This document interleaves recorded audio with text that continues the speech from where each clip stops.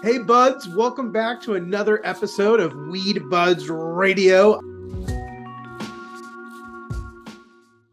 I'm excited to update you on a few things. As you know, Budz Emporium here in Medway is doing phenomenal and just continues to grow. We have the best vendors in the state and some that I want to introduce you to today. But when we first got started at Budz Emporium, it was not all rainbows and unicorns. It was a struggle and it was hard, especially as some of you know, we had a few other ventures that were going in the sustainability space and a few things that just took a turn during the pandemic. And so we had limited resources and we had to work with just the best brands that were willing to work with us, that produced quality product that we were proud of.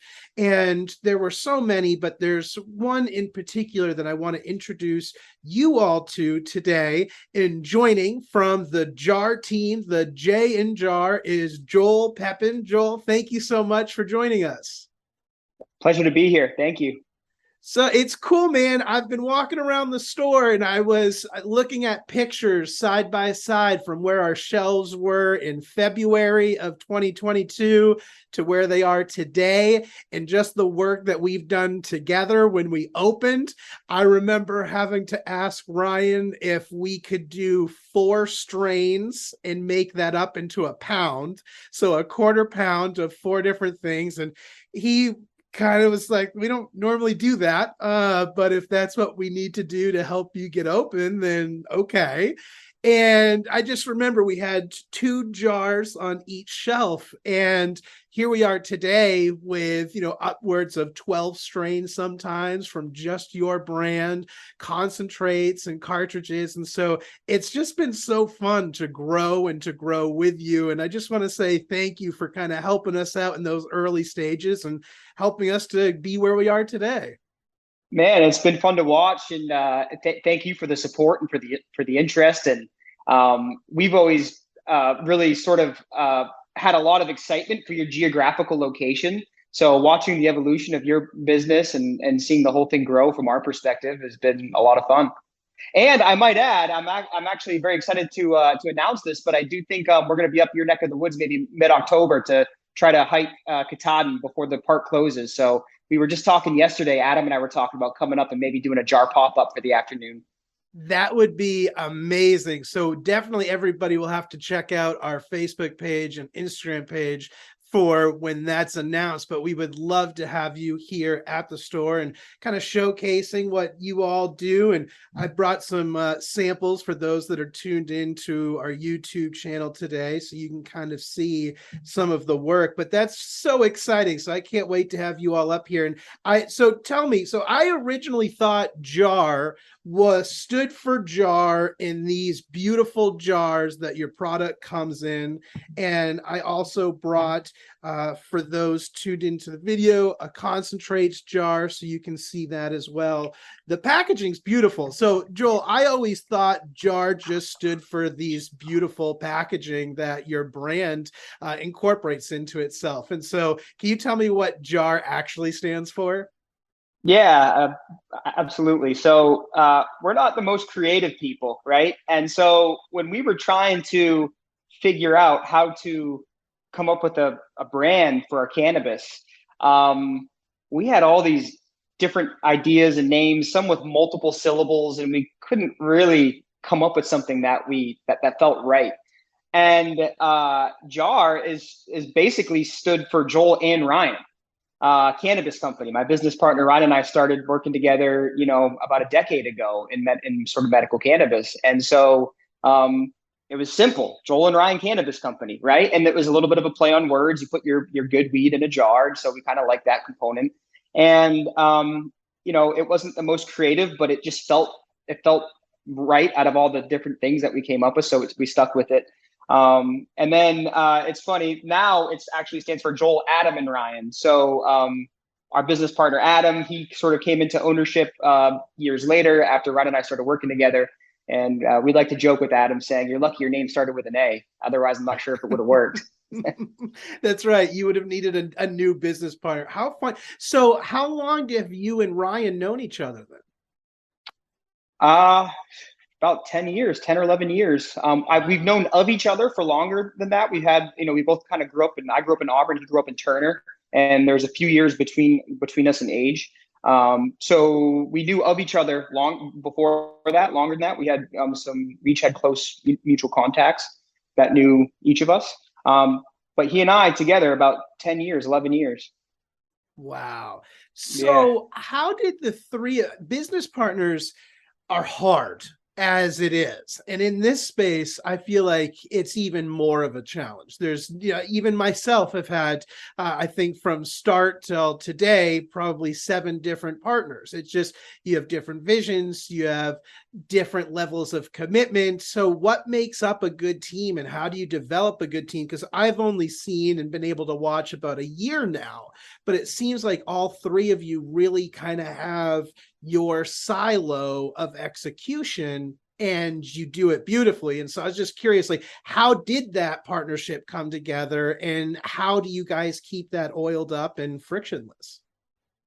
Well, I mean, I think in any partnership, it's not always frictionless, right? So I think in any partnership, it's good, especially in the onset, to figure out like when there is friction, methods of working through that in a productive way, which we've been able to establish. So, I mean, I think the biggest thing for us, it's probably one of the biggest advantages we have as a company is the strength of our partnership, right? And for Ryan and I, early on, we just like I said, there's a few years age difference in us, and so where do I go with this? When I started as a medical caregiver, it was really early on in the program. It was late 2010, 2011, and for those watching that were around back then in the program, that was basically right when they came out with like caregiver registry cards, and so like Ryan was one of the first caregivers that received one of those cards, and you knew it by the way they numbered the cards.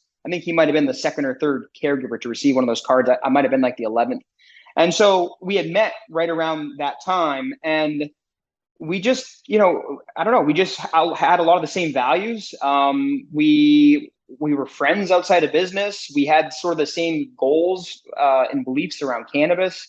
In a lot of ways, Ryan's been a mentor to me. I've looked up to him. He's a few years older and he's been able to sort of accomplish things. When I was just sort of trying to figure out how to get started in life, he was a little bit further ahead and there was a lot that I looked up to. And the way he was cultivating was sort of like on a different level, even back then, which was like really eye-opening for me. So, Ryan and I have a real close bond and partnership. We're the closest of friends outside of work. And it's not always easy to be friends and then have business, but for whatever reason, he and I have been able to navigate that, I think, very well. And I think he'd say the same. And we do anything for each other. And then I think when it comes to business, we just want to do the best that we can every day for our business. And we want JAR to be the best it can be. We're very passionate about that. We really want to make careers out of working in cannabis. We're both entrepreneurial, right? We don't ever want to think about like having to get a job somewhere else or to work for somewhere else. So we've always just wanted to run our own cannabis company and make that our job. And then Adam was a great fit. So I think in terms of our partnership and our silos of expertise, Adam has sort of been watching JAR's evolution since I'd say like 2014. Adam's a childhood friend of mine. I grew up with Adam. I've known Adam since I was maybe 10 years old. So again, just a very strong bond of trust and sort of like knowing who the potential partner is and what they care about, what's important to them. So I think the 3 of us, we share a lot of the same goals and vision, right, for business and specifically for JAR. And, I think we all have different areas of expertise, which is complemented each other very well. And it's translated very importantly to the business. So to break it down for everybody, Ryan really he oversees everything cultivation. And he is just, what I've seen him do cultivation and what we do today, day in and day out with our cultivation team is so impressive to watch. And so really like producing consistent high quality flower has been the backbone of our brand over the past decade. So, and that's Ryan's wheelhouse, right? I have been a little bit more involved with building out the retail side of the business, overseeing concentrates and the extractions, as you know. I've done more of like trying to help find retail locations, getting towns to opt in, right? That type of thing, some of the lobbying stuff. And then Adam just has a really creative mind when it comes to just business strategy in general. So Adam's like a great sounding board for anything and everything that we're trying to scheme or consider. Adam really helps us, keep our eyes on cash flow and cash management in a way that is not easy for me to do or for Ryan to do. So the three of us together, it's a lot of fun. Now, you guys have been in this industry since the conception of really legal cannabis in the state of Maine. And so I'm fascinated to get your opinion on the medical industry versus the adult use side. And let's take it from the business perspective. What does it take to run a successful business on the medical side versus what does it take to run a successful business on the adult use side? Are the principles the same or is it dramatically different? I would say the foundational principles that we have that made us successful would translate to all kinds of different businesses, not just medical cannabis, not just adult cannabis. It's translated well for Ryan and I in business interests like outside of cannabis altogether. So it's just about being detail oriented, doing things right the first time, not cutting corners, treating people well. Like honestly, a lot of what we do is just very basic things that we all believe strongly in, like treat others the way you want to be treated type of thing, positive workplace culture.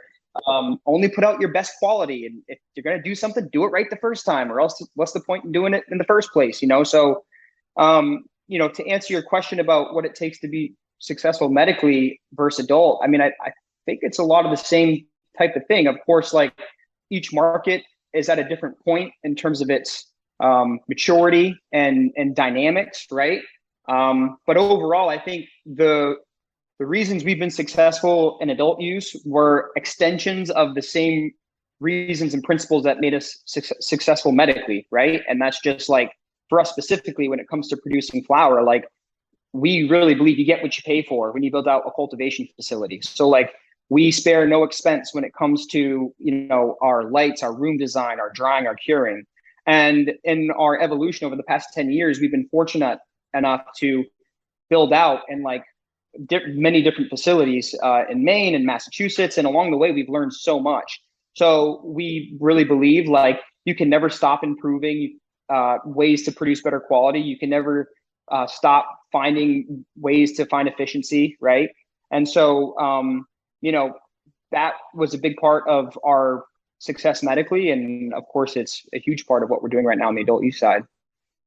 That's incredible. And just since I've known you all, which would be February of 2020, the growth has been incredible. I mean, from, stopping by SJR Labs to the building that you have today. I mean, the growth is surreal. And I can only imagine that you have to have a lot of trust for each other to grow that fast, but it's like truly like you're trusting each other's families with each other. Like, I got to meet Stephanie's mom the other day, at the building. And I just thought that was so cool that, everybody is truly involved and invested in the business. And, with us, although it's primarily Brooke and I kind of running the operations and the day-to-day here, it's my aunt and uncle and my parents and so many other people that have, put blood, sweat, and tears into this building in order to create what we have today. So it really is kind of a passion project, but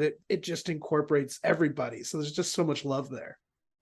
Yeah, I mean, for us, like it really is more than like a business partnership. It's more than a friendship. I mean, it's like a family. Like Jar's a family to us. I know we have our real families at home, but Jar is like such an important part of our lives, my life, Ryan's life, Adam's life, and so we have this big Jar family. And for us, it is kind of surreal to look at like the evolution of what we've done together. And I think when Ryan and I started working together 10 years ago, like we had this hope of like, especially when the referendum question in 2016 was on the ballot, we were like, okay, if adult use cannabis passes in Maine, maybe there's a legitimate shot we could make a career of working in cannabis in Maine for the next 15, 20 years.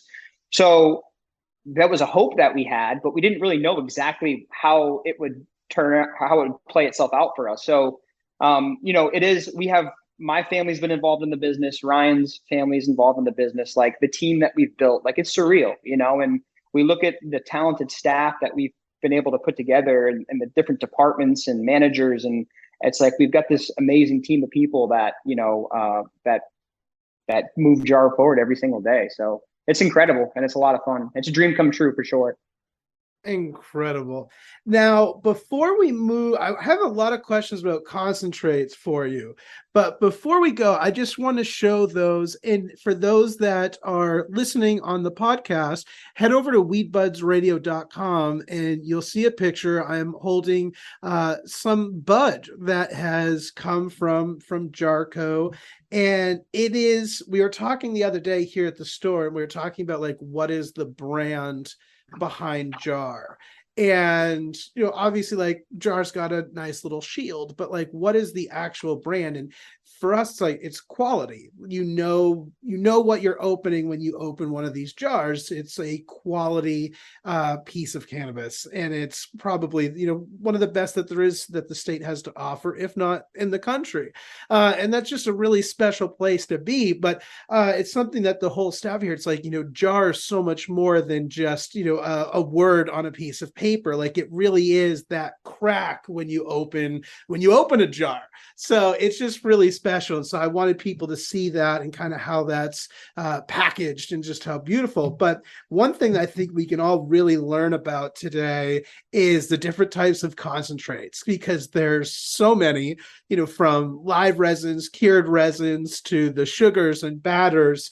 And now I'm really excited because we have the hash rosin carts here at the store from your team, and those have been doing incredibly well. And for people like me, I just love that kind of product. So I was wondering if you could kind of help me differentiate, for example, like to start, Joel, what's the difference between a cured product and a live product? So like a cured resin versus a live resin.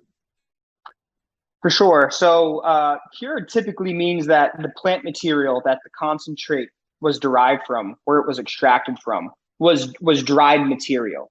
So for us, like a cured resin cartridge, that was extracted from, scissor trim material that was dry. It wasn't fresh frozen, right? And then so on the opposite side of that, a live resin or a live rosin means that it came from plant material that was immediately frozen right at the moment of harvest and was frozen up into and during the point of extraction.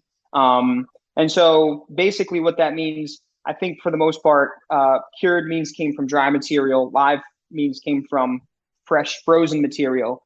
And I think the main difference is, what we see in a lot of our test results that we have to do for every batch. Like, it's kind of funny, cured products sometimes and usually will have a little bit higher potency in terms of THC. The live products will be slightly less, but what you're getting in a live product is maximum terpene retention. For cured material, for cured concentrates that come from dry material, that dry material went through a drying process. There were some terpenes that came off during that process from the plant material. So there just aren't as many terpenes available at the time of extraction. And so cured products for us, I mean, we freeze the dry trim as soon as the trim is clipped away from the flower. And we do everything we can to preserve, terpenes from the dry material that translate into the cured products. And cured products can be phenomenal in terms of flavor profile, and potency. And this would be considered a cured product, right? Like it's something that that I would typically smoke or open from a package that would be cured. Yeah, your flower, absolutely. Okay. And we can talk later about some of the techniques that we're using to really cure flower. But there's a serious art to it, and we're sort of like refining our approach to that. We've made some big leaps forward, we feel, in our process over the past year. But yeah, your flower is cured. Cured concentrates are coming from dry material. Live concentrates typically are coming from your wet frozen material. Interesting, because that right there, right? So resin and rosin, right? It's like, okay, live cured. I've now figured that out. So the live comes from the fresh plant, that's frozen, then extracted, that's live. And then cured comes from something that we would just consume in practical terms that would be ready for extraction. So what's the difference between something like a resin and a rosin? Like those seem exactly the same to me. Yeah, it's like one letter that's different, right? But they're actually, it's a completely different extraction process.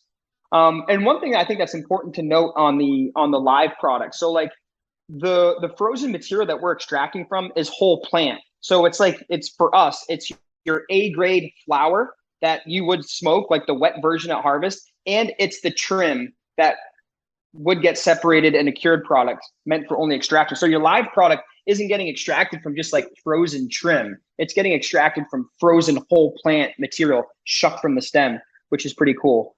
That is Um, cool. so the difference for us internally, and I think across the market, the difference between like a resin and a rosin.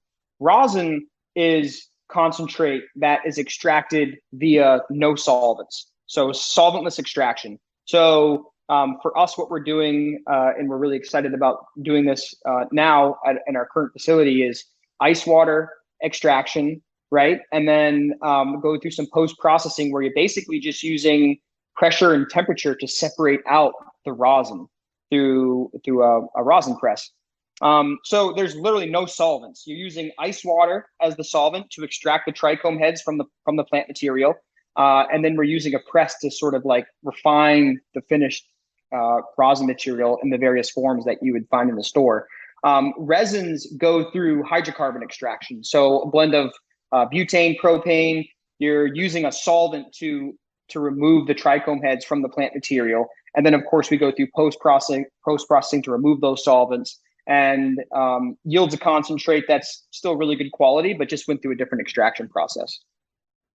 Interesting. So now I'm curious because I've got, so let's see, for example, this is ice cream cake cured batter. And I have, this is sour sniffets sugar. And so those are a little bit different, but if I had had the like live rosin or live resin out, it might look a little bit similar to this, Joel. It might be a little bit soupier in consistency. What's the biggest difference between that? Because the batter and some of those resins, like they seem similar, but they taste dramatically different. And so I'm guessing that those are a different process as well.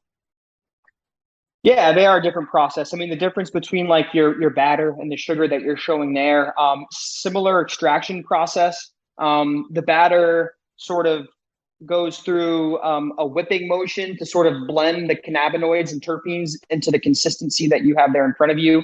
The sugar goes through a little bit more of a lengthier post processing, where essentially the concentrate yielded from extraction, we're trying to crystallize and crash out some of the THCA into the sort of more chunkier forms of the concentrate that you see there. We do have, what we try to do is retain a decent amount of terpenes with our sugar. So I think the difference between the two that you showed right there is there's obviously a difference in consistency. Sugar on average seems to test a little bit higher in its potency. Does have some terpenes with it, but not as terpene rich as the batter. So I think someone who's looking for like more of a flavor profile, and depending on your method of consumption, you might want to steer them towards a batter. But someone coming in, again, depends on their consumption method. But someone who's looking for like a higher potency dabbable concentrate, typically sugar is the direction you want to push them in. In THCA is the precursor to THC, right? So THCA gets heated and then that becomes THC.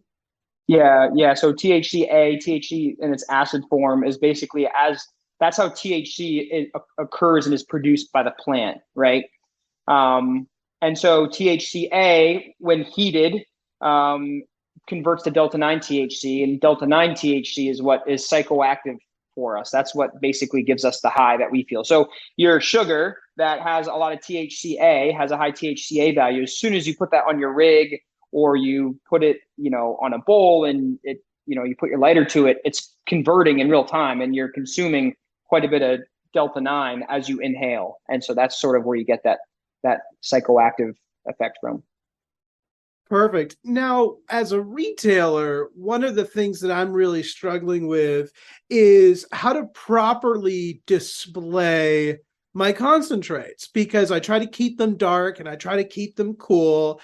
And then I have to open each of them, to let people smell them and check them out.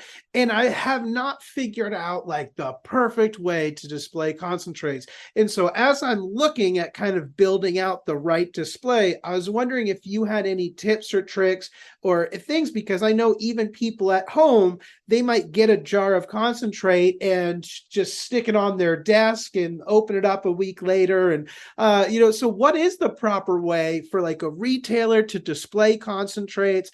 And then for once I take it home, how should I care for it? Yeah, I mean, it's a challenge for us too in our stores. A lot of the concentrates that we end up putting on display, you need to be able to display a product if you really want to be able to showcase it to the customers coming in. But just by nature of having the lid off of it, showing in your display case, lights getting to it, it's degrading the concentrate slightly. So for us, a lot of times, like our display end up either getting destroyed or they're not sold to an end consumer. So you're kind of like sacrificing one out of the bunch to display, but when light's exposed to it, your terpenes are coming off of it. It is degrading the quality of the concentrates. For the most part, in terms of storage, I mean, for the majority of the concentrates, just the coolest temperature that you can get is the best, right? And then keeping it out of light. So ideally, like mid 60s to low 60s is the best way to sort of store your concentrates in a box out of light. Most of what we do is shelf stable and will retain its quality quite well. For the consumers, I think it's really important I think the biggest thing, especially during summertime, is like keeping any form of concentrate like in your car on a hot summer day. And that's like a real quick way for either a vape pen to go bad or shatter to get all, liquefied. So the big thing is just like keeping it out of direct sunlight, keeping it away from heat. On the rosin side, and there's some versions of rosin, some SKUs of hash that actually need to stay refrigerated all up and through the point of sale. And we haven't quite yet gotten to the point of producing those on a regular basis. But for us, even in our stores, like we're looking at adding special refrigeration for certain types of cold cures and hash SKUs. And then there's some people that are really into consuming hash that have these little portable like coolers at home to keep your hash in that you would plug in to keep it controlled at the right temperature. So hash is a little bit more, and certain types of hash are a little bit more particular in how they should be stored. There are several forms that are okay at room temperature, just like most of what you have, like the cartridges. Those are all fine, just keeping them in the coolest temp possible at your store. That's amazing. So that was one of the things that we were looking at, was getting a little bit of a display that sort of had like some sort of cooling element on the bottom. And that way, like you could put the concentrates on top of it and then just remove the lid to keep it protected from the light. But we're bouncing a few ideas back and forth, but we want to make sure that we definitely do them right, because we have such a loyal customer base for concentrates up here.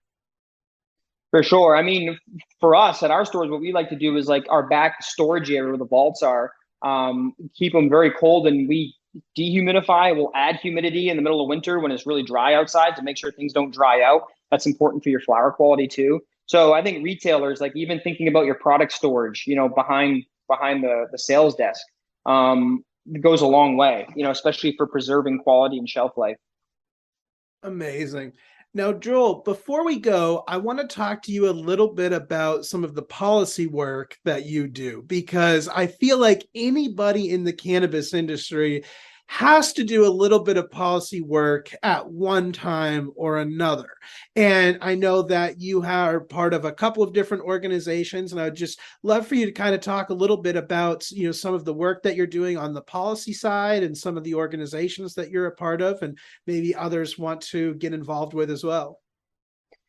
Yeah, for sure. So policy work in Maine has been, I've been involved firsthand for the past, I don't know, 5, 6 years. And, it's something that I feel a lot of operators in Maine don't have the perspective of that.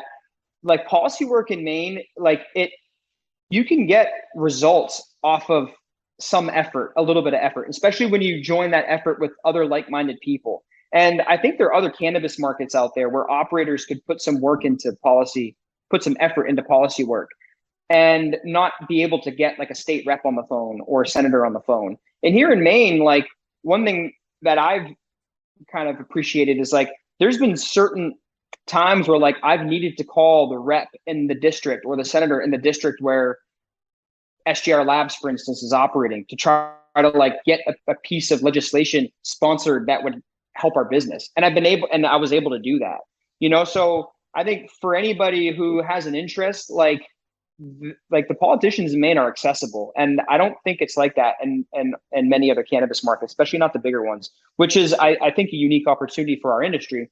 So today and for the past 2 years, I want to say 2 to 3 years, I'm president of the Maine Cannabis Industry Association.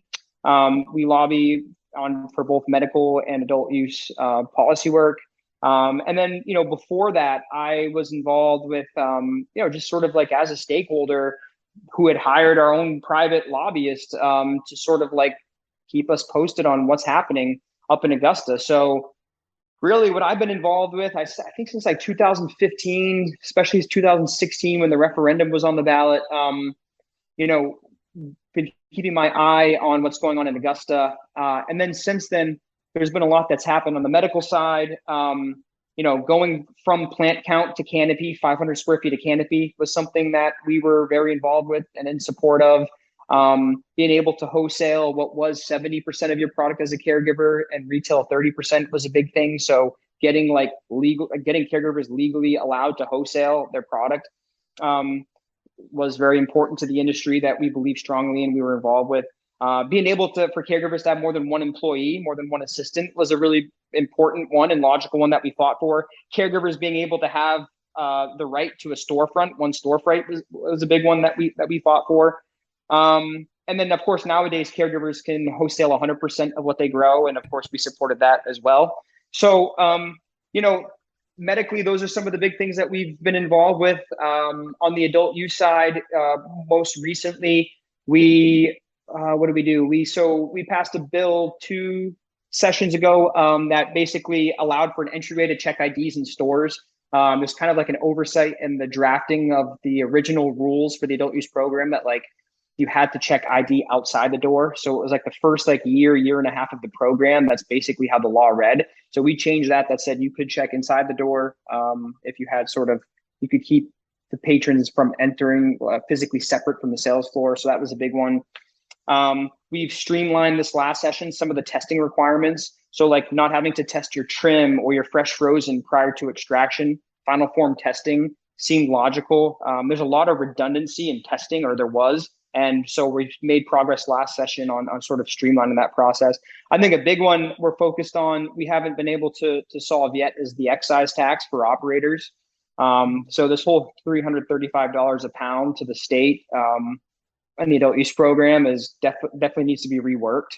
And so we're really looking forward. A lot of our stakeholders are looking forward to trying to make progress. We had made some progress on it, but it basically stalled in appropriations and never became law last session. So yeah, man, those are some of the big ones that we've been. There's many more. I can't think of them all right now. I mean, that one, like that alone is sickening when you think of like, let's just say like, for example, like for like an outdoor plant, that excise tax could cost, you know, double to 3 times as much as it costs to put into the plant itself. Yeah, it's definitely an industry killer at this point in time. And I get why it's there. It kind of we conceded that original tax structure, 10% at the point of sale, 335 flat, just to get the program launched. We knew that this was something that we'd be lobbying for in the future. And when the program started, 335 was roughly 10% of the wholesale price of flower. Of course, adult use wholesale flower has come down more, and so that excise tax effective percentage is a lot higher. I mean, it's an industry killer for the current wholesale rates, and it's sickening, like the amount of money that operators have to pay. And it's kind of funny, like the state released, Office of Cannabis Policy released a third-party study that was done, kind of saying how it's the adult use program, the regulated program, that has done more, and the medical marijuana program have done more to sort of like curb black market illicit marijuana activity in Maine than anything else. And I think for the regulated market to continue to have success in doing that into the future, we've got to lower the cost of operation. That 335 is a significant cost. It sure is. That is absolutely a killer, because when you think about trying to get vertically integrated and working backwards, whether you're a cultivator working forwards or a retailer working backwards, this industry is so hard as it is with the way that the tax system operates, that something like that, you're right. It's just so limiting when we're trying to create an industry with rapid growth, but with the safety and security that is required to keep the public and the stakeholders safe. Because I think stakeholders are looking at some of this, in a positive light as well, right? Like, I want to make sure that the products that we put out are the best, that are top notch, and nobody's going to get sick. And, I also don't want to get sued. And so it's kind of, these accountabilities are for everybody. For sure. And I think one of the things the industry has going for it, especially the adult use industry, because everything's tracked through final sale, is like we're really able to communicate to politicians, to stakeholders outside of the cannabis industry, like how much of a force this industry really is and has been in the state of Maine for all these years, right? So like, the adult use program this summer grew to new highs in July and August, $16 million months, $17 million months. We don't know exactly what the medical regulated market's doing, but, I would imagine the two combined, I mean, we employ a ton of people, you know what I mean? In the medical industry and the adult use industry. And like, it's those numbers, like to be able to prove that to people we've never had the amount of data that we've had before. So, it's a major economic driver for the state. There's a lot of people employed in the industry. There's a lot of people that come to Maine and appreciate tourism in Maine, that know that cannabis is a high quality product at a very fair value in either market here, which is a huge thing for tourism in general. And I think it's really important that Maine's developed that reputation in the Northeast. And I think it's very important for both industries in Maine to continue for that to be the case moving forward. Like, if you're gonna vacation in the Northeast, people need to know that the best product at the best price is in Maine, and a lot of people do. But we need to make sure that continues in the future. 100%. People come to Budz Emporium for that exact reason. I mean, they're driving from out of state sometimes, coming up here, doing their weekend snowmobiling, hiking, camping, and then they're doing whatever they need to do because the prices are just dramatically and so significantly less expensive here than they are in other parts of the country. But it's also, I think, even some of my friends that from California, they were surprised when they came out here that Maine truly has some of the best products in the country by far. There's just incredible cultivators here, yourselves included. So we're super grateful for that. Yeah, I know, it's true. I mean, we're also sort of like far down the rabbit hole day in, day out to realize what we're doing, and how it compares to other markets in the country or even across the world. And it's like, when you take a step back, it's true. Like, Maine really does produce some of the best cannabis in the country and in the world. And I think it's for a bunch of different reasons, where a lot of us are just blue collar hard workers. I think cost of business here is competitive relative to other markets in the Northeast and different parts of the country. And there has been, especially on the medical side, sort of like a low barrier to entry. So you have a lot of specific operators focusing on one or two segments of the industry, of the supply chain, and just like maximizing their process and their quality and their efficiency in that realm, right? Whether it be like just concentrates or just edibles or just flower production. So yeah, and then we're all competing with each other, so that elevates everybody's quality by nature of competition. So yeah, man, it's we take a step back and like it's really impressive what the market in Maine's done. It is. Well, Joel, I just want to thank you so much for all the work that you all are doing and for joining us today on Weed Budz Radio. For those that are tuned in, where can they find JAR retail locations and where can they find you online? So jarcannabis.com. We keep up to date with our retail locations. You can find us on Weed Maps. So jar retail location. So we have adult use retail in South Portland, in Wyndham, and Newry up by Sunday River on the Sunday River Access Road. We're a week or two away from opening our fourth adult use store in downtown Old Port, which is exciting. And then we have sort of like our flagship medical store in Wyndham, right next to our Wyndham adult use store. So you can find our medical store in Wyndham as well. Amazing. Well, be sure to check out all of those locations and be sure to head over to weedbudsradio.com. Check out those show notes. We'll have links to connect with Joel and to connect with Jar Cannabis. And of course, we're always so grateful to all of you for tuning in to another episode of Weed Buds Radio. We'll see you in the next one.